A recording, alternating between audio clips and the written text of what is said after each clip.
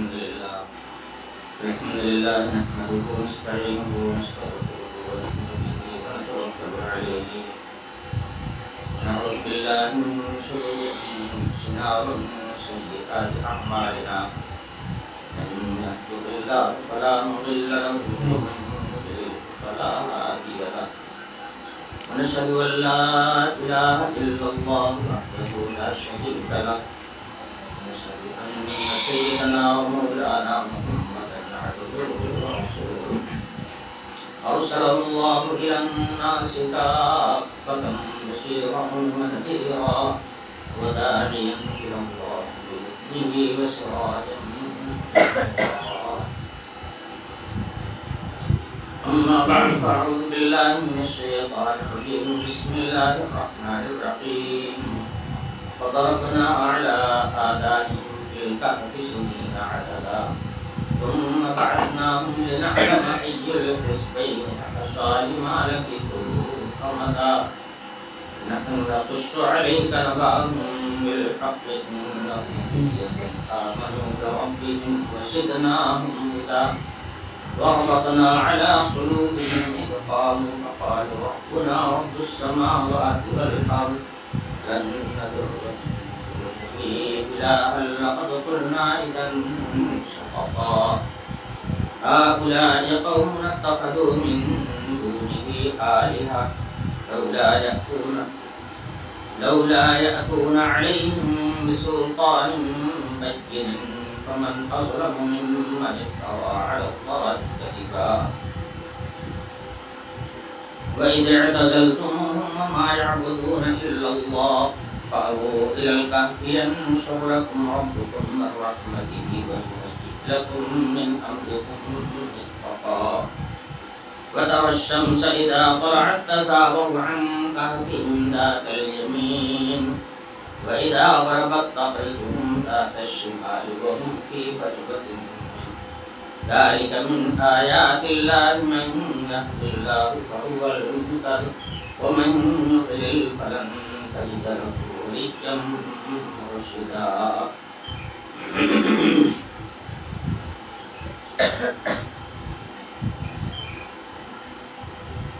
بیان چل رہا تھا اصحاب کہف کا، جس کا ایک سرسری جائزہ میں نے آپ کے سامنے پیش کر دیا تھا۔ حق تعالی شان و ارشاد فرماتے ہیں کہ جب وہ آزمائشوں سے دوچار ہو کر غار کے اندر آ گئے تو ہم نے ان کے کان کو بند کر دیا۔ یہ کان کو بند کر دینا کیا ہے؟ یعنی اس وقت جب اللہ کو منظور ہوا کہ اب ان کو سلا دیا جائے ایک زمانے تک کے لیے، تو یہ لوگ کھانا کھا کر اور آپسی گفتگو کے بعد لیٹ گئے اور ایک بارگی سب کے اوپر نیند طاری ہو گئی۔ جب نیند گہری ہوتی ہے تو آدمی کے کان کی جو قوت ہے وہ ساکن ہو جاتی ہے، یعنی سونے والے کے اعضاء میں اور احساسات میں سب سے پہلے کان بند ہوتا ہے، یعنی دوسری آواز سن کر کے اب وہ بیدار نہیں ہوگا، دوسری آوازیں اب اس کے کان کے اندر پڑے گی ہی نہیں۔ تو سب سے پہلے کان اپنا کام کرنا بند کر دیتا ہے، اس کے بعد پھر آنکھیں جھپ جاتی ہیں، آنکھیں بند ہو جاتی ہیں، پھر آنکھیں اپنا کام کرنا بند کر دیتی ہیں۔ ان دونوں کا عمل موقوف رہتا ہے اس وقت تک کے لیے جب تک کہ اللہ تعالیٰ اس کو بیدار نہ کرنا چاہے، اور جب تعالیٰ شانہ کی جانب سے اس کو بیدار کرنا منظور ہوتا ہے تو سب سے پہلے کان اپنے سننے کا عمل شروع کر دیتا ہے، اس کے بعد آنکھیں کھلتی ہیں۔ تو سونے والا جب گہری نیند سوتا ہے تو پہلے کان کا عمل بند ہوتا ہے، اس کے بعد آنکھ کا عمل بند ہوتا ہے، اور اٹھنے کے وقت میں اس کا الٹا ہوتا ہے کہ پہلے کان اٹھ جاتا ہے، آنکھیں اس کے بعد اٹھتی ہیں۔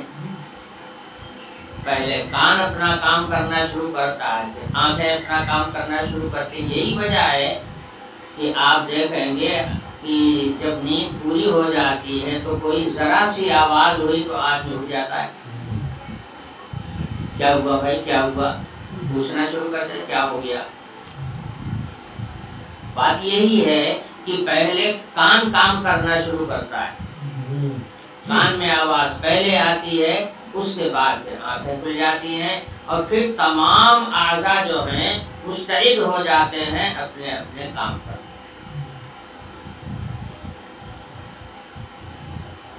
سونے کے وقت میں فقہاء نے لکھا ہے کہ استرخاء مفاصل ہو جاتا ہے، یعنی بدن کے تمام اعضاء ڈھیلے پڑ جاتے ہیں۔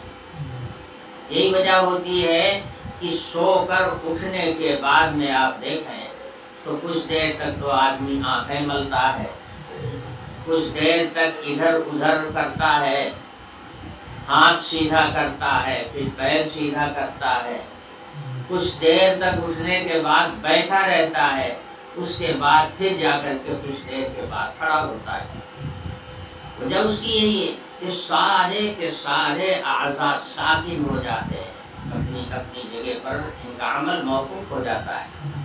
اب دیکھیے قدرت خدا بندی کو سمجھنے کے لیے تو یہی ایک چیز کافی ہے۔ آخر یہ مشین جو ہر وقت چل رہی ہے اور ہر پرزا ہر وقت اپنے کسی نہ کسی کام میں لگا ہوا ہے، سونے کے وقت میں یہ سارے اعضاء ساکن کے ہو جاتے ہیں۔ اچھا پھر جب ساکن ہو جاتے ہیں اس کے بعد پھر یہ توانائی ان کے اندر کیسے آ جاتی ہے، توانائی کیسے آ جاتی ہے؟ بھائی ایک مشین ہے، آپ نے اس کو چلا دیا تو چل رہی ہے، چلا دیا تو چل رہی ہے، اور جب تک اس کے اندر پاور رہے گا تب تک چلتی رہے گی، اور اس کے بعد اگر آپ اس کو بند کر دیں گے تو وہ کھڑی ہو جائے گی، کھڑی تو ہو جائے گی لیکن چلے گی نہیں خود سے، جب تک کہ آپ اس کو چلائیں گے نہیں۔ اگر انجن ہوگا تو آپ کو ہینڈل مارنا پڑے گا، الیکٹرک سسٹم ہوگا تو آپ کو بٹن دبانا پڑے گا، جب تک آپ بٹن نہیں دبائیں گے، جب تک آپ ہینڈل نہیں ماریں گے، اس وقت تک کھڑی ہوئی مشین دوبارہ نہیں چل سکتی ہے۔ تو آخر یہ انسان کی جو مشین ہے یہ ساکن ہو گئی، اور ساکن ہونے کے بعد میں خود ہی کھڑی بھی ہو گئی، خود ہی چلنا بھی، خود ہی کھڑی ہوئی اور خود ہی چلنا بھی شروع کر دیا۔ تو خود ہی کیسے ہوتا ہے؟ دنیا میں تو دیکھتے کوئی چیز ایسا خود سے نہیں ہوتی ہے۔ اس کا مطلب یہ ہے کہ ہے کوئی پیچھے، کوئی پیچھے ہے بٹن دبانے والا، سمجھے؟ جب اس نے بٹن دبا دیا تو کان بھی بند ہو گیا، آنکھ بھی بند ہو گئی، اور اعضاء بھی اپنی اپنی جگہ پر برقرار ہو گئے، خاموش ہو گئے۔ اور جب اس نے دوبارہ بٹن دبا دیا تو یہ سارے پرزے کام کرنا اپنے اپنے کام میں لگ گئے۔ تو جیسے دنیا میں ہم دیکھ رہے ہیں، اس انسانی مشین کو بھی یہ نہیں سمجھنا چاہیے کہ یہ خود اس کا فعل ہے، خود اس کا فعل نہیں ہے۔ کوئی چیز بغیر چلانے والے کے نہیں چلتی، اور چلتی ہوئی چیز بغیر کسی روکنے والے کے نہیں رکتی۔ گاڑی چل رہی ہو تو چلتی ہی رہے گی جب تک کہ آپ بریک نہیں لیں۔ تو بریک لینے والا تو گاڑی کے علاوہ کوئی دوسرا ہوتا ہے نا، بریک وہ لیتا ہے تو گاڑی اپنی جگہ پر کھڑی ہو جاتی ہے، چاہے کوئی سی بھی گاڑی ہو. یہی حال ساری مشینوں کا ہے. اس سے سمجھ میں آتا ہے چل رہی ہے جس سے جسمانی مشین، کوئی پوشیدہ کمانی اور ہے. یہ خود اسی جسم کا فعل نہیں ہے سارا کا سارا، جیسے اس کے وجود میں خود اس کا دخل نہیں ہے، کسی وجود دینے والے نے وجود عطا کیا تب وجود ملا. اور ایسے ہی جب اس جسم کے اوپر موت طاری ہوگی تو وہ موت دینے والا بھی کوئی اور ہے. ایسے ہی اس مشین کو چلا دینے والا اور چلاتے چلاتے پھر روک دینے والا اور روکنے کے بعد پھر چلا دینے والا یقیناً کوئی اور ہے. یہ اس مشین کا فعل نہیں ہے سارا کا سارا، مگر اس کے لیے وحی الہی کی رہنمائی درکار.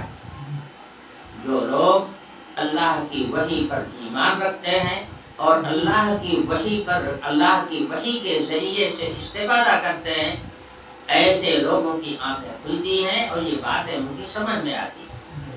اور جو لوگ وحی الہی سے دور ہوتے ہیں اور صرف عقلی علوم کے پیچھے پڑے رہتے ہیں، یہ باتیں ان کے لیے بعید قیاس ہو جاتی ہیں، ان کی سمجھ سے باہر ہو جاتی ہیں. اب دیکھیے عام لوگوں کی نظریں ان چیزوں پر جاتی ہی نہیں ہیں. اس سونے جاگنے کی جو کیفیات ہیں اس کو کون سوچتا ہے؟ جو قرآن پڑھے گا، جو ان آیتوں کو پڑھے گا، اس کی نظر اس طرف جائے گی. اور جو کبھی قرآن کے قریب نہیں آئے گا، اللہ رسول کی باتیں نہیں سنے گا اور ان نکات کو اور ان حکمت کی باتوں کو جب تک وہ نہیں سنے گا، اس کی نظر اس کی طرف کہاں جاتی؟ آپ ہی لوگوں نے بتائیے، کبھی اس کو سوچا تھا کہ سونے اور جاگنے کی یہ کیفیت جو ہے اس کے اندر قدرت خداوندی کام کر رہی ہے، عمل کر رہی ہے؟ کبھی غور کیا تھا آپ نے؟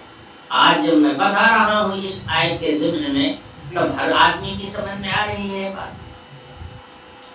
بہرحال حق تعالی شانہ فرماتے ہیں کہ جب وہ لوگ غار کے اندر آ گئے تو ہم نے ان کے کان بند کر دیے، یعنی کان نے کام کرنا بند کر دیا. اب کوئی آواز بھی ہوگی، کوئی بڑا سے بڑا دھماکہ ہوگا، ان کے اوپر کوئی اثر نہیں پڑے گا. تو ہم نے ان کے کانوں کو بند کر دیا غار کے اندر گنتی کے سال تک کے لیے. سنین عددا، گنتی کے سال کے. گویا حق تعالی شانہ کی جانب سے منظور تھا کہ یہ اتنا دن سوئیں گے. دنیا میں اور کسی کو نہیں معلوم تھا، مگر حق تعالی شانہ کو معلوم تھا. ان کو سلایا جا رہا ہے، کتنا دن کے لیے سلایا جا رہا ہے، حق تعالی شانہ کے علم میں یہ بات موجود ہے. اللہ تعالیٰ کے حکم سے ہی وہ سونے جا رہے ہیں اور گنتی کے سال سوئیں گے. اس کے بعد فرمایا ثم بعثناہم لنعلم ای الحزبین احصیٰ لما لبثوا امدا. پھر ہم نے ان کو اٹھایا، بیدار کیا.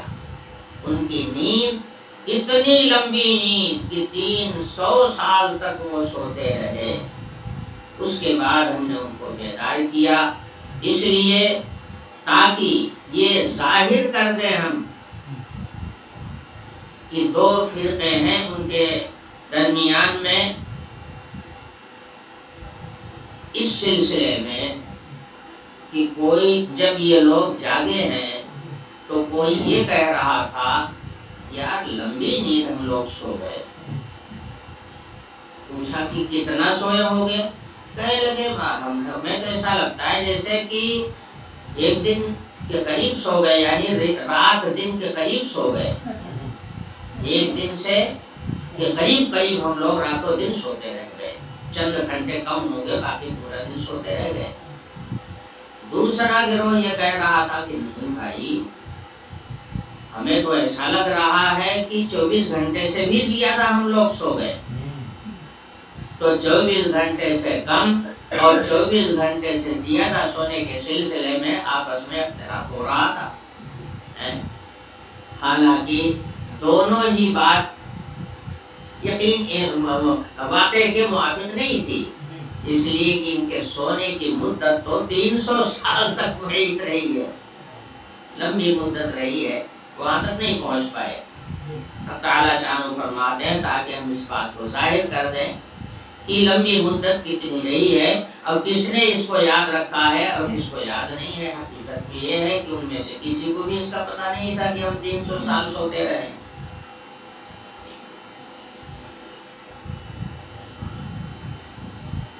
قرآن پاک کتاب ہدایت ہے، کوئی واقعہ بیان کیا جاتا ہے تو اس سے حقیقت کے مفاہیم کو اخذ کیا جاتا ہے، حقیقت تک رسائی کی جاتی ہے اور حق کو سمجھنے کی کوشش کی جاتی ہے۔ یہی ہے کتاب ہدایت ہونے کا مطلب۔ قرآن پاک کوئی تاریخ کی کتاب نہیں ہے، کوئی قصے کی کتاب نہیں ہے کہ قصہ برائے قصہ بیان کیا جائے۔ جب قصہ کوئی قصے کے طور پر بیان کیا جاتا ہے تو اس کی ساری تفصیلات کو سامنے رکھ کر کے بیان کیا جاتا ہے، مگر قرآن قصے کی کتاب نہیں ہے، یہ تو کتاب ہدایت ہے۔ ایسے واقعات کو قرآن ذکر کرتا ہے جن سے ہمیں رہنمائی ملتی ہے اور اللہ کی پہچان ہم کو حاصل ہوتی ہے، قدرت کی نشانیاں ہم کو نظر آئیں، ایسی باتیں قرآن بیان کرتا ہے اور ان واقعات کو بیان کرتا ہے جس کے اندر ہی ہماری رہنمائی کا سامان موجود ہو۔ اس لیے قرآن کسی قصے کے سارے اجزاء کو ایک ساتھ بیان نہیں کرتا، کبھی کچھ حصہ پہلے بیان کر دیا، کچھ حصہ بعد میں بیان کر دیا، کبھی شروع کا حصہ بعد میں بیان کر دیا اور بعد والا حصہ پہلے بیان کر دیا۔ اصل میں اس قصے کا وہ حصہ جو ہماری ہدایات سے تعلق رکھتا ہے، قرآن اس کو موضوع بحث بناتا ہے۔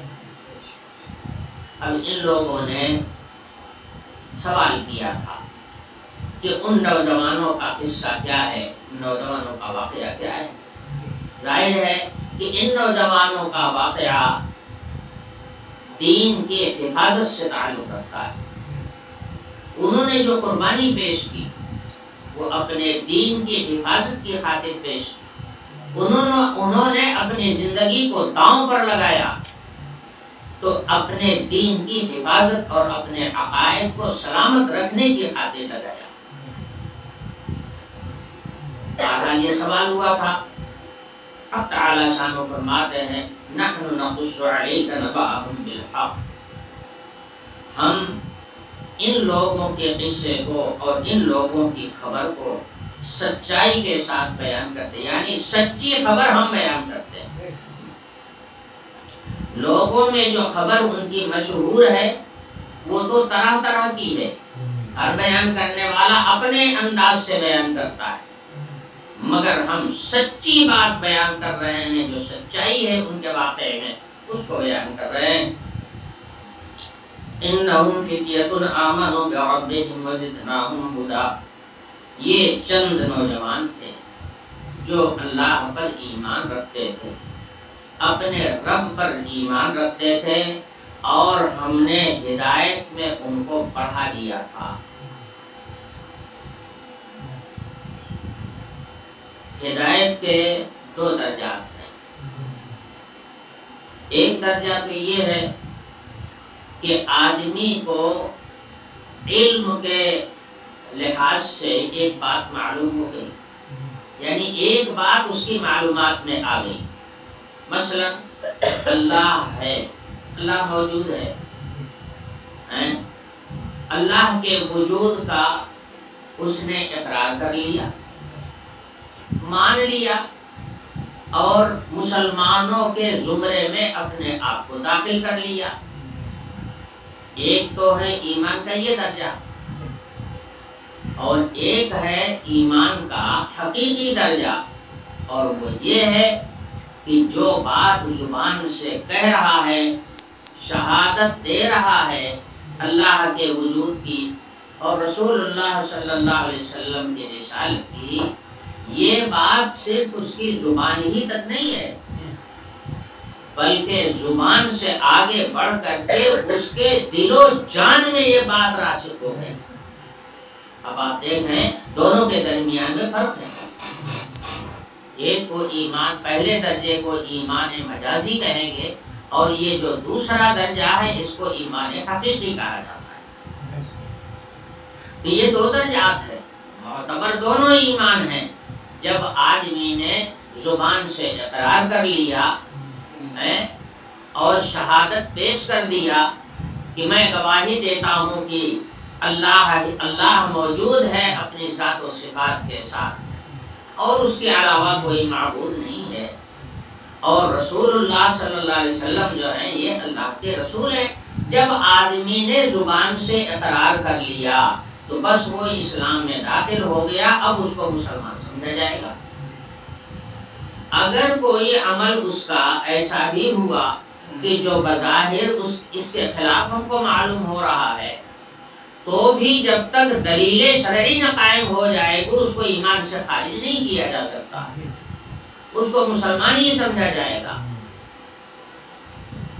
حضرت اسامہ رضی اللہ عنہ کو حضور اکرم صلی اللہ علیہ وسلم نے ایک لشکر کا افسر مقرر کر کے بھیج دیا جہاد کے لیے۔ اب جہاد ہونے لگا، ایک کافر سامنے آیا مقابلے میں، تو انہوں نے اس کو دوڑایا، تو ایک پیڑ کی پناہ لے کر وہ کھڑا ہو گیا اور کہنے لگا اشہد ان لا الہ الا اللہ وان رسول اللہ۔ اسامہ نے سمجھا کہ یہ صرف اپنی جان بچانے کے لیے ایسا عمل کر رہا، اٹھایا تلوار اور رسید کر دیا۔ جنگ ختم ہو گئی،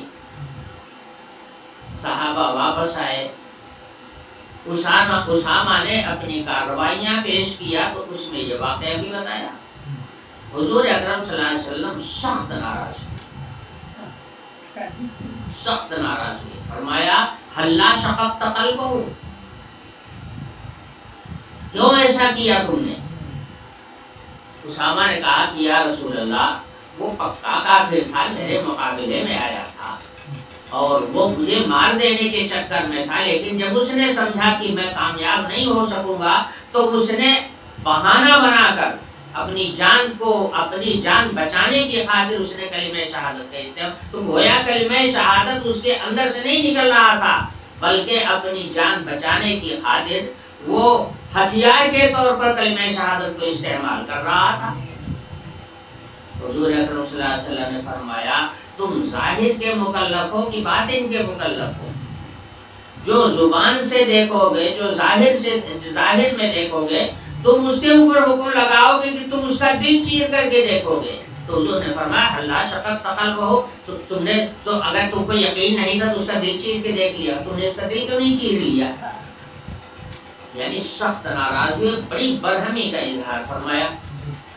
دیکھیے حضرت اسامہ سمجھ رہے ہیں کہ یہ آدمی زبان سے کلمہ شہادت کہہ کر کے اپنی جان کی بچانے کی خاطر یہ حربے کے طور پر استعمال کر رہا ہے کلمہ شہادت کو، اس کا ایمان یہ حقیقی نہیں ہے۔ مگر حضور اکرم صلی اللہ علیہ وسلم کی ناراضگی یہ بتا رہی ہے کہ حضور کہہ رہے ہیں کہ اس کا ایمان معتبر ہے، سمجھے؟ اگر کوئی آدمی شہادتین کا قائل ہے اور اس کا اقرار زبان سے کر رہا ہے تو اس کو مسلمان سمجھا جائے گا اور مسلمانوں جیسا برتاؤ اس کے ساتھ کیا جائے گا۔ اگر وہ مر گیا تو اس کی نماز جنازہ پڑھی جائے گی، خواہ کتنا ہی زیادہ شریعت کے خلاف اس کی کارروائیاں کیوں نہ ہوں، بشرطے کہ وہ کفر اور شرک ظاہر نہ ہو رہا ہو اس کے عمل سے، اس کو مسلمان سمجھائے۔ تو بہرحال میرے کہنے کا مطلب یہ کہ ایمان کا ایک درجہ تو ہے ظاہری اور ایک درجہ ہے باطنی۔ تو ظاہر کا مکلف ساری دنیا ہے اور باطن کا معاملہ اللہ سے متعلق ہے۔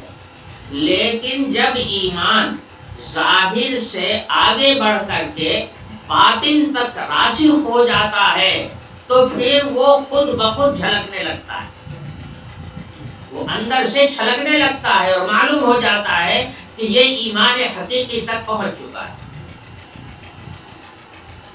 اللہ پاک ارشاد فرما رہے ہیں کہ ان نوجوانوں کو میں نے ہدایت میں بہت آگے تک بڑھا دیا تھا، یعنی جو انتہا ہے ہدایت کی وہاں تک ان کی رسائی ہو چکی تھی، یعنی ایمان حقیقی ان کے اندر پیدا ہو گیا تھا۔ اب ظاہری ایمان معتبر، مگر حقیقی ایمان تک رسائی جو ہے یہی ہے افضل، اور یہی ہے ایمان کی اصل حقیقت۔ اگر ذہن و دماغ میں یہ بات راسخ نہ ہوئی تو پھر وہ باہر کا ایمان ہے، اندر کا ایمان کہاں ہے؟ لیکن جب یہ صفت پیدا ہو جاتی ہے، یہ کمال ایمان میں پیدا ہو جاتا ہے، تو پھر آدمی اس کے خلاف کوئی عمل کر نہیں سکتا۔ اس کو شرک سے نفرت ہو جائے گی، کفر سے نفرت ہو جائے گی، کفریات اور شرکیات سے اس کو نفرت ہو جائے گی۔ وہ اعمال جو شرک کا نتیجہ ہیں، وہ اعمال جو کفر کے لوازمات میں سے ہیں، ان سب سے اس کو نفرت ہو جائے گی۔ اور اگر ایمان دل کی گہرائیوں تک پہنچا ہوا نہیں ہوگا تو پھر وہ سمجھوتا کر لے گا، کل اس کی زبان پر رحیم بھی رہے گا، وہ ضرورت پڑ جائے گی تو رام رام بھی کر لے گا، دونوں کر لے گا۔ لیکن جب ایمان راسخ ہو جائے گا قلب کے اندر تو اس کو شرک سے، کفر سے، شرکیات سے، نافرمانی والے اعمال سے سخت نفرت ہو جائے گی۔ قریب کیا وہ اس کو دیکھ نہیں سکے گا اپنی آنکھ سے۔ تو حق تعالیٰ شان فرماتے ہیں کہ ان نوجوانوں کے دل میں ہم نے ایمان حقیقی پیدا کر دیا تھا، یہی ہے ان کی ہدایت کا بڑھ جانا۔ یہی وجہ تو تھی کہ شرکیہ میلے میں ساری خلقت شریک ہو رہی تھی، مگر ان نوجوانوں نے کہا کہ ہم اس میلے میں ہرگز شریک نہیں ہو سکتے۔ یہ ان کے اسی ایمان راسخ کا ہی نتیجہ تھا جو یہ فیصلہ انہوں نے کیا۔ تو اللہ تعالیٰ شان فرماتے ہیں وَزِدْنَاهُمْ هُدًى، ہم نے ہدایت میں ان کو بہت آگے تک بڑھا دیا تھا، یعنی ایمان حقیقی ان کے قلب میں پیدا ہو چکا تھا۔ وَرَبَطْنَا عَلَىٰ قُلُوبِهِمْ، اور ان کے دلوں کو ہم نے ایمان پر جما دیا تھا۔ اس وقت اِذْ قَامُوا، جس وقت وہ کھڑے ہوئے تھے، کہاں کھڑے ہوئے تھے؟ جب دقیانوس نے ان لوگوں کو بلوایا تھا اور اپنے سامنے کھڑے کر کے اس نے دو راہیں دکھائی تھی کہ دو ہی راستے تمہارے سامنے ہیں، یا تو ہمارے کہنے کو قبول کرو اور جو ہم چاہ رہے ہیں وہ کرو، ایک راستہ یہ ہے، اور اگر تم اس کو نہیں مانتے تو پھر تمہارا قتل کروں گا، تمہیں دنیا میں رہنے نہیں دوں گا۔ اب سوچئے مسئلہ جان کا کھڑا ہو گیا، اور جان کی حفاظت کی خاطر آدمی کیا کچھ نہیں کرتا ہے، سب کچھ کر جاتا ہے۔ یہ دو راستے دیے، اس نے دو راستے بتائے کہ یہ دو ہی راستے ہیں، ان دونوں میں سے جو سے چاہو قبول کر لو، زندہ رہنا چاہتے ہو تو ہماری بات مانو، اور اگر مرنا چاہتے ہو تو پھر اپنے موقف پر قائم رہو، مگر قتل ہوگا تمہارا۔ تو اس وقت انہوں نے کہا تھا، بادشاہ کے روبرو دو بدو ہو کر انہوں نے کہا تھا، ربنا رب السماوات والارض، ہمارا رب تو وہی ہے جو آسمانوں اور زمین کا پیدا کرنے والا ہے۔ اگر کوئی اور ایسا ہو تو بتاؤ، ہمارا رب وہی ہے جو زمین و آسمان کا پالنہار ہے۔ لن ندعو من دونہ، ہم اسے چھوڑ کر کسی اور کا نام نہیں پکار سکتے، اپنی حاجت روائی کے لیے ہم اس کے سوا اور کسی کا نام نہیں لے سکتے۔ لقد قلنا اذا شططا، اگر ہم نے ایسا کر لیا جیسا تم کہہ رہے ہو تو پھر ہم حد سے ہٹ جائیں گے، حد سے تجاوز کر جائیں گے، دائرے سے نکل جائیں گے، ہماری یہ بات حق سے بہت دور نکل جائے گی۔ تو ہم حق پر قائم ہیں، حق پر قائم رہیں گے، حق سے ہٹ نہیں سکتے، چاہے جو ہو جائے۔ سب کچھ، ہر مصیبت ہمیں منظور ہے، مگر عقیدے توحید سے ہم ہٹ جائیں یہ ممکن نہیں ہے۔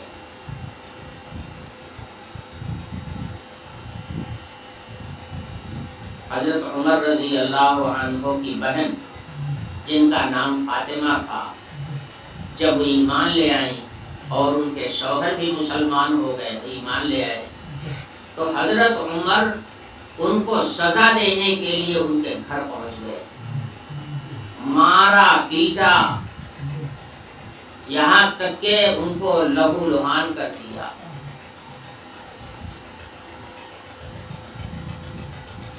اور کہنے لگے کہ یا تو تم محمد کا ساتھ چھوڑ دو اور یہ سب جو تم کر رہے ہو اس سب کو ترک کرو، اور جیسے اپنا پرانا سماج تھا اسی سماج کے موافق رہو، ورنہ ہم اس کو برداشت نہیں کریں گے۔ یہ حضرت عمر، اس وقت حضرت عمر نہیں تھے، اس وقت صرف عمر ابن خطاب تھے۔ بہن نے جو جواب دیا تھا، حفیظ جالندری نے اس کو بڑے اچھے انداز میں کہا۔ بہن بولی عمر ہم کو اگر تو مار بھی ڈالے، شکنجوں میں کسے یا بوٹیاں کتوں سے نچوا لے، مگر ہم اپنے دین حق سے ہرگز پھر نہیں سکتے، بلندی معرفت کی مل گئی ہے ہٹ نہیں سکتے۔ بہن کا یہ جواب سن کر حضرت عمر کے دل کی دنیا بدل گئی کہ آخر کون سا ایسا مقناطیس اس توحید کے اندر ہے کہ جو اس کے اندر آ جاتا ہے پھر وہ پھرتا نہیں ہے، اس سے ہٹتا نہیں ہے، یہ کون سی مقناطیس اس کے اندر ہے۔ تو حضرت عمر نے کہا کہ اچھا وہ نسخہ مجھے دکھاؤ جو تم لوگ پڑھ رہے تھے۔ فاطمہ نے کہا کہ وہ نسخہ تم کو نہیں دے سکتی ہوں، تم ابھی ناپاک ہو، وہ نسخہ مقدس ہے، پاک لوگوں کو دیا جاتا ہے، ناپاک لوگوں کے ہاتھ میں نہیں دیا جاتا۔ اب اس کا اثر حضرت عمر کے اوپر اور زیادہ پڑا۔ کہا اچھا پھر کیا کروں؟ کہا پہلے غسل کرو، غسل کرو، اس کے بعد یہ نسخہ تمہیں دیں گے۔ اب غسل کر رہے ہیں حضرت عمر نسخہ دیکھنے، اب جو نسخہ سامنے آیا اس کو پڑھا، عربی زبان تھی، حضرت عمر پڑھے لکھے لوگوں نے جب انہوں نے دیکھا اور اس کو پڑھا، آنکھوں سے آنسو جاری ہو گئے۔ فرمایا کہ تم ہی لوگ حق پر ہو، میں خود ہی نہ حق پر ہوں، میں خود ہی بھٹکا ہوا ہوں، حق پر تو تم ہی لوگ ہو۔ بس دل کی دنیا بدل گئی۔ کہاں تو حضور اکرم صلی اللہ علیہ وسلم کا سر کاٹنے کے لیے نکلے، اور اب دل میں یہ جذبہ پیدا ہوا کہ ہم اگر سرکار دو عالم صلی اللہ علیہ وسلم کے غلام ہو جائیں تو یہی سب سے بڑے فخر کی بات ہے۔ کہا محمد کہاں ملیں گے؟ کہا دار ارقم میں۔ چلے اور سیدھے آئے، حضور کے خدمت میں پیش ہوئے۔ حضور نے فرمایا کہ عمر کیا تم اپنی شرارتوں سے باز نہیں آؤ گے؟ پکڑا حضور نے یہی گریبان اور چھٹک کر کے فرمایا کہ عمر کیا تم اپنی شرارتوں سے باز نہیں آؤ گے؟ عمر نے کہا کہ یا رسول اللہ میں آپ کی غلامی ہی دکھانے تو آیا ہوں، آپ کی غلامی ہی دکھانے تو آیا ہوں۔ تو جب ایمان راسخ ہو جاتا ہے قلب کے اندر تو پھر شرک کو نہ دیکھ سکتا ہے اور نہ شرک کی بات زبان پر کبھی لا سکتا ہے، نہ شرک کے لوازمات کو کبھی وہ برداشت کر سکتا ہے۔ مگر یہ ایمان حقیقی جب پیدا ہو جاتا ہے قلب کے اندر، تب یہ کیفیت ہوتی ہے۔ اسی لیے ضرورت ہوتی ہے، دنیا جو ہے ایسی ہے، یہاں ہر چیز خراب ہو جاتی ہے، چاہے جتنی اچھی چیز آپ لے آئیں، مگر کچھ زمانہ گزرنے کے بعد وہ خراب ہو جاتی ہے۔ یہی حال انسان کا بھی ہے، یہی حال اس کے عقائد کا بھی ہے، اس کے اعمال کا بھی ہے۔ ایک دن تو ایمان مل گیا، ایمان کی مجلس میں بیٹھے، ایمان حقیقی کی چاشنی مل گئی، بڑے دعوے کرنے لگے، میں یہ ایسا کر دوں گا، ویسا کر لوں گا، بڑے بڑے دعوے ہونے لگے۔ اور جب گھر گئے اور دوسرا سماج سامنے آیا اور سماج میں شرکت ہوئی اور ان کے رہن سہن کو دیکھا، ان کے عادات و اطوار کو دیکھا، اور وہ چاروں طرف پھیلا ہوا ہے، اب تھوڑا ہی تھوڑا کم ہونا شروع ہو جاتا ہے۔ یہی عقیدہ جو اتنا راسخ ہے، آہستہ آہستہ کم ہونا شروع ہو جاتا ہے۔ ایک صاحب ہمارے چند دن یہاں درس میں آئے تھے، اور اس کے بعد پھر ان کے دل میں ایسا جذبہ پیدا ہوا کہ ہم دیکھتے تھے کہ یہاں سے تھوڑا فاصلے پر مکان، مگر فجر کی نماز آ کر کے مدرسے میں ہم لوگوں کے ساتھ پڑھتے، یہاں بیٹھتے تھے، کچھ باتیں سنتے۔ اس کے بعد انہوں نے ایک جلسہ کیا۔ اب یہ دیکھیے جذبات، جلسہ کیا، اچھا جلسہ ہو گیا ان کا، بڑا کامیاب جلسہ۔ اس کے بعد سے پھر انہوں نے مدرسے میں آنا بند کر دیا، سمجھے، مدرسے میں آنا بند کر دیا۔ اس کے بعد ہم نے تو یہاں تک سنا کہ اب وہ نماز بھی نہیں پڑھتے، دوسرے سماج میں داخل ہو۔ اصل بات یہ تھی کہ وہ دوسرے سماج کو کے اندر وہ اٹھنے بیٹھنے لگے اور دوسرے لوگوں سے ان کے تعلقات ہو گئے۔ یہ ہوتا ہے، سمجھے۔ اسی لیے اللہ والوں کی مجلس میں بیٹھنے کی نصیحت کی گئی ہے، ہمیشہ اچھی مجلسوں میں بیٹھا کرو، اس سے ایمان کو تقویت ملتی ہے۔ ایمان کا حال بھی وہی ہے جو کھیتی کا ہے، اگر اس کو پانی ملتا رہے گا تو ہری بھری رہے گی، اور جب پانی ملنا بند ہو جائے گا تو یہ سوکھ جائے گی۔ یہی حال ایمان کا بھی ہے۔ جو لوگ پڑھے لکھے ہیں، یہ دیکھیے شیطان ایسے ہی حملہ کرتا ہے۔ چلے گئے چند دن نیک لوگوں کی صحبت میں، نیک لوگوں کے ساتھ رہنے لگے، کہنے لگے ارے صاحب کیا اب کیا بات رہ گئی ہے، دین کی پوری حقیقت ہم جان گئے، ہمارے اندر پیدا ہو گئی، سمجھے۔ اور اس کے بعد جب اس مجلس کو چھوڑ دیا، اس روحانیت سے دور ہو گئے، تو پھر دوسرا اثر ان کے اوپر پیدا ہونا شروع ہو گیا، پھر ویسا ہو گئے۔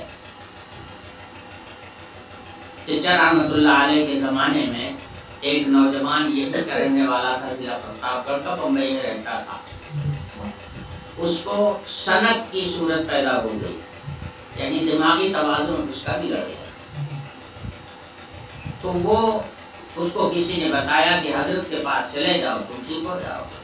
وہ سیدھے بمبئی سے یہیں آیا، اپنے گھر بھی نہیں گیا، یہیں آیا ہے، اور آیا تو ایسا لگ رہا تھا کہ یہ مسلمان ہے ہی نہیں، چہرہ، اس کی وضع، قطع، شکل، شباب کچھ بھی مسلمان جیسی نہیں، معلوم ہوتا تھا کہ کوئی غیر مسلم ہے ایسا۔ اب حضرت کے پاس وہ رہنے لگا، چند دن رہا، اب یہیں پر حضرت نے اس کو کبھی کچھ نہیں کہا، نہ نماز پڑھنے کے لیے کہا، نہ روزہ رکھنا، وضو کرنے کے لیے کچھ نہیں کہا، مگر رہتے رہتے چند روز کے بعد اس کے دل میں جذبہ پیدا ہوا کہ یہی لوگ سب لوگ نماز پڑھتے ہیں اور میں یہ پڑھا رہتا ہوں، تو مجھے بھی نماز میں جانا چاہیے۔ اب وہ اپنے آپ بغیر کسی کے کچھ کہے ہوئے اپنے آپ مسجد جانے لگا، اب مسجد میں نماز پڑھنے لگا۔ چونکہ اس کو ٹھہرنا تھا کچھ دن، تو حضرت نے فرمایا تھا کہ تم کو 1.5 مہینہ یہاں رہنا پڑے گا۔ اب وہ 1.5 مہینہ تو اس کو یہاں گزارنا تھا، تو مسجد جانے لگا۔ اس کے بعد پھر وہ مسجد میں بیٹھنے لگا، پھر اس نے اذان دینا شروع کر دیا. اب 5 وقت اذان دینے لگا. اس کے بعد اس نے داڑھی رکھ لیا. اب ایک دم مشرہ ہو گیا, سمجھے. اس کی شکل صورت سب ایسی معلوم ہوتی جیسے مدرسے کا کوئی آدمی. کرتا اور لباس بدل دیا, وہ پینٹ شرٹ سب نکال دیا, کرتا پیجامہ پہننا شروع کر دیا اس نے. یقین مان لیجئے وہ یہی مہینہ 1.5 مہینہ کے اندر ایک دم معلوم ہوتا ہے جیسے مدرسے کا کوئی ملازم ہے, مدرسے کا کوئی فرد, ایسا لگتا ہے. اب وہ 1.5-2 مہینہ یہاں رہا اور ایک دم ٹھیک ٹھاک ہو گیا. اس کا دماغی توازن بالکل درست ہو گیا, ایک دم ٹھیک ہو گیا. تو پھر وہ گیا اپنے گھر, اور گھر کے بعد پھر وہ چلا گیا بمبئی. چند سالوں کے بعد میں نے اس کو دیکھا کہ بمبئی پہنچنے کے بعد وہ پھر ویسے ہی ہو گیا جیسے تھا. اس کی شکل صورت وہی جیسے پہلے تھی, یہاں آنے سے پہلے وہی شکل و صورت پھر اس کی بدلی. یہ ماحول کا اثر ہوتا ہے. اسی لیے قرآن پاک میں اہل ایمان کو ہدایت دی گئی, یا ایھا الذین آمنوا اتقوا اللہ وکونوا مع الصادقین. اے ایمان والو, اللہ کا خوف پیدا کرو اپنے دل کے اندر اور اللہ والوں کے ساتھ رہا کرو. پہلے اللہ تعالیٰ نے ایمان والا کہا, اس کے بعد تقویٰ کی تعلیم دی, اس کے بعد ایمان والوں کے ساتھ رہنے کا حکم دیا. اب وہ یہ کہے کہ جب پہلے سے اس کے پاس ایمان ہے تو پھر ان چیزوں کی ضرورت کیا ہے کہ بھائی ایمان والوں کے ساتھ, اللہ والوں کے ساتھ آدمی کو اس لیے بیٹھایا جاتا تھا کہ اس کو ایمان نصیب ہو. جب اس کو ایمان نصیب ہو چکا ہے تو اب اللہ والوں کی مجلس میں آنے کا حکم کیوں دیا جا رہا ہے؟ یہ قابل غور بات ہے. بات یہ ہے کہ اس عالم میں ہر چیز خراب ہوتی ہے, آدمی کے عقائد بھی خراب ہو جاتے ہیں. اگر اس کو پانی ملتا رہے گا تو یہ کھیتی لہلہاتی رہے گی, ایمان کی کھیتی لہلہاتی رہے گی. اور اگر اس کو پانی ملنا بند ہو گیا تو یہ ہریالی جو ہے ساری کی ساری خشک ہو جائے گی. یہی حال اس ایمان کا بھی ہے. اسی لیے کہ اہل ایمان کو چاہیے کہ ہمیشہ اہل اللہ کی مجلس میں بیٹھیں, ان کی باتوں کو سنیں, خاص طور سے قرآن پاک اور حدیث رسول اللہ صلی اللہ علیہ وسلم کو بھی سنتے رہیں اور مسائل اور احکام بھی سیکھتے رہیں. یہ وہ عمل ہے کہ جس سے عمر بھر اس ایمان کی کھیتی کو پانی ملتا رہے گا اور ہمیشہ ہری بھری رہے گی. اور اگر کہیں اس کو چھوڑ دیا, پانی ملنا بند ہو گیا تو یہ ایمان کی کھیتی سوکھ جائے گی. تو بات یہ کہہ رہا تھا میں کہ ان نوجوانوں کے دل میں اللہ تعالیٰ نے حقیقی ایمان پیدا کر دیا تھا. اس لیے انہوں نے کہا کہ ہم شرک کو اور شرک کے لوازمات کو ہم قطعی برداشت نہیں کر سکتے ہیں.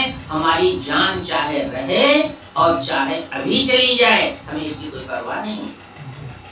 اصل میں یہ ان کے دل کا جو جذبہ ہے یہ ہے قابل تقلید اور قابل عمل, جس کی خاطر قرآن اس واقعے کو یہاں پر بیان کر رہا ہے.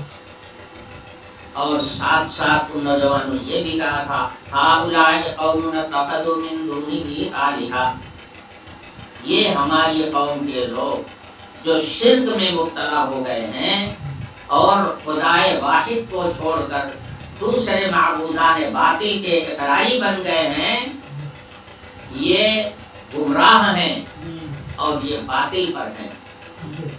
اگر یہ حق پر ہوتے تو لولا یاتون علیہم بسلطان بین, کوئی دلیل شرعی اس کے اوپر قائم کریں.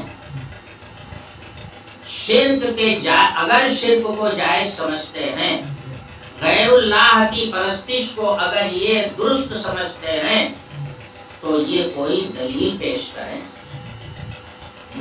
اب دلیل کی بات ہو, وقت تو زیادہ ہو رہا ہے, آپ لوگ دیر میں آئے بھی ہیں, بس ایک بات بیان کر دیتا ہوں. دین کس کو کہتے ہیں؟ دین وہ عمل کہلاتا ہے جو رضائے الہی کے لیے کیا جاتا ہے, جو آخرت میں اجر و ثواب حاصل کرنے کے لیے کیا جاتا ہے, وہی ہے دین. اور جو عمل آخرت میں اجر و ثواب کے لیے نہیں کیا جاتا تو وہ عمل دین نہیں ہے، وہ ہے دنیا۔ تو دنیاوی عمل کا معاملہ دوسرا ہے اور دینی عمل کا معاملہ دوسرا ہے۔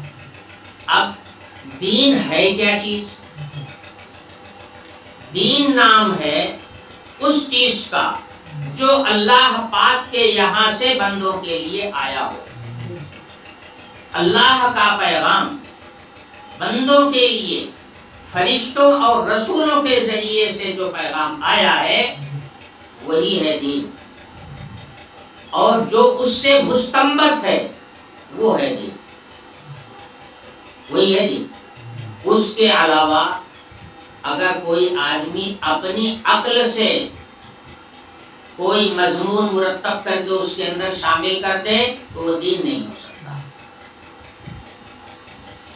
اپنی مصلحت سے کوئی چیز دین میں شامل کر دی جائے وہ دین نہیں ہو سکتا۔ وہ مصلحت ہے، دین کی خاطر ہے، دین نہیں ہے۔ ذریعہ اور چیز ہے اور دین اصل جو ہے وہ اور چیز ہے۔ تو جو پیغام اللہ رب العالمین کے جانب سے بندوں کے لیے آیا بس وہی ہے دین۔ اب اس کے لیے ضرورت یہ ہے، یا یوں کہہ لیجئے کہ ہم سمجھیں کیسے کہ کون سا کام دین ہے اور کون سا کام دین نہیں۔ اس کے لیے معیار یہ ہے کہ ہماری سند جو ہے سند متصل رسول اللہ صلی اللہ علیہ وسلم تک پہنچ جائے۔ ہم سے لے کر جو بات میں کہہ رہا ہوں، جس کتاب سے لے کے کہہ رہا ہوں، اس کتاب سے لے کر کے ہماری سند جو ہے پیچھے رسول اللہ صلی اللہ علیہ وسلم تک پہنچ جائے۔ یعنی ہم یہ کہیں کہ رسول اللہ صلی اللہ علیہ وسلم نے فلاں موقع پر یہ بات ارشاد فرمائی تھی، وہی چیز دی۔ کیوں؟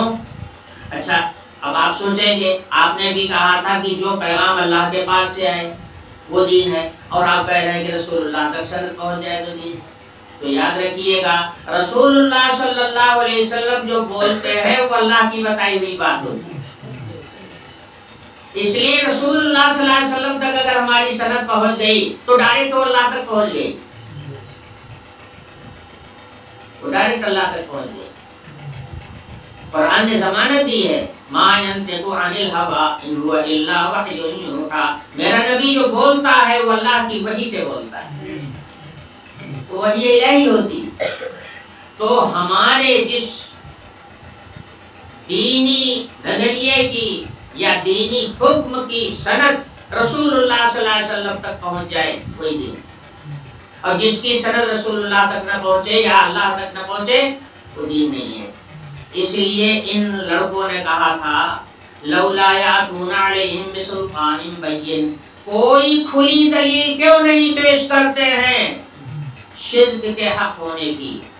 یعنی کیا مطلب؟ مطلب یہ ہے کہ اگر یہ شرک کو صحیح سمجھتے ہیں، شرک کو دین سمجھتے ہیں، تو اس کی سند بھی تو کسی رسول تک پہنچنی چاہیے۔ یہ سند پیش کریں، لاویں کسی کتاب سے دلیل، لاویں کسی رسول سے دلیل۔ بھائی جو رسول کی کہی بات ہوگی یا آسمانی کتاب کی بات ہوگی وہی دین ہوگی، اور جو رسول سے اور آسمانی کتاب کے اندر نہیں ہوگی، جس کا سراغ رسول میں اور کتاب اللہ میں نہیں ملے گا، وہ چیز دین نہیں ہو سکتی۔ دیکھیے کتنے معرکے کی بات، جب دین ایمان کی حقیقت قلب کے اندر پیدا ہو جاتی ہے تو دماغ کتنا روشن ہو جاتا ہے۔ تو ان لڑکوں نے یہی کہا تھا لولا یاتون علیہم بسلطان بین، کوئی کھلی دلیل کیوں نہیں پیش کرتے ہیں اس کے دین ہونے پر؟ یہ دین ہونا ثابت کر دیں، ہم آج ماننے کے لیے تیار ہیں۔ لیکن جب دین نہیں ہے، ان کے پاس کوئی دلیل نہیں ہے، تو بے دلیل کسی چیز کو ہم دین نہیں مان سکتے۔ دین تو ہمارا مستند ہے، اللہ سے چلا ہے، رسول اللہ کے ذریعے سے ہم تک پہنچا ہے۔ اس لیے ان لڑکوں نے یہی کہا تھا فمن اظلم ممن افترى على الله كذبا، اور جو بات جس بات کے دین ہونے کا دعویٰ کیا جائے کہ یہ دین ہے اور اس کی سند اللہ اور اللہ کے رسول تک نہ پہنچ سکے تو وہ ہے بہتان. اور بہتان بھی کس پر؟ انسان پر نہیں، یہ ڈائریکٹ اللہ پر، کہ اللہ پر بہتان. بھئی دین کا مطلب کیا ہوا؟ کہ اللہ کا حکم ہے، اور دلیل تمہارے پاس اللہ کا حکم ہونے کی ہے نہیں، تو پھر تمہیں اللہ کے اوپر تم نے جھوٹی بات گڑھ کر کے نسبت کی ہے. یہ بات کہی ان نوجوانوں نے. فمن اظلم ممن افترى على الله كذبا، اس سے بڑا ظالم دنیا میں کون ہو سکتا ہے جو اللہ پر جھوٹی بات گڑھے. تردید شرک پر انہوں نے اتنی معقول بات کہی. یہ ہے قابل قدر اور یہ ہے قابل تقلید. اب یہیں پر درس کو موقوف کرتا ہوں. اگلی آیت کو بیان انشاءاللہ اگلے درس میں ہوگا.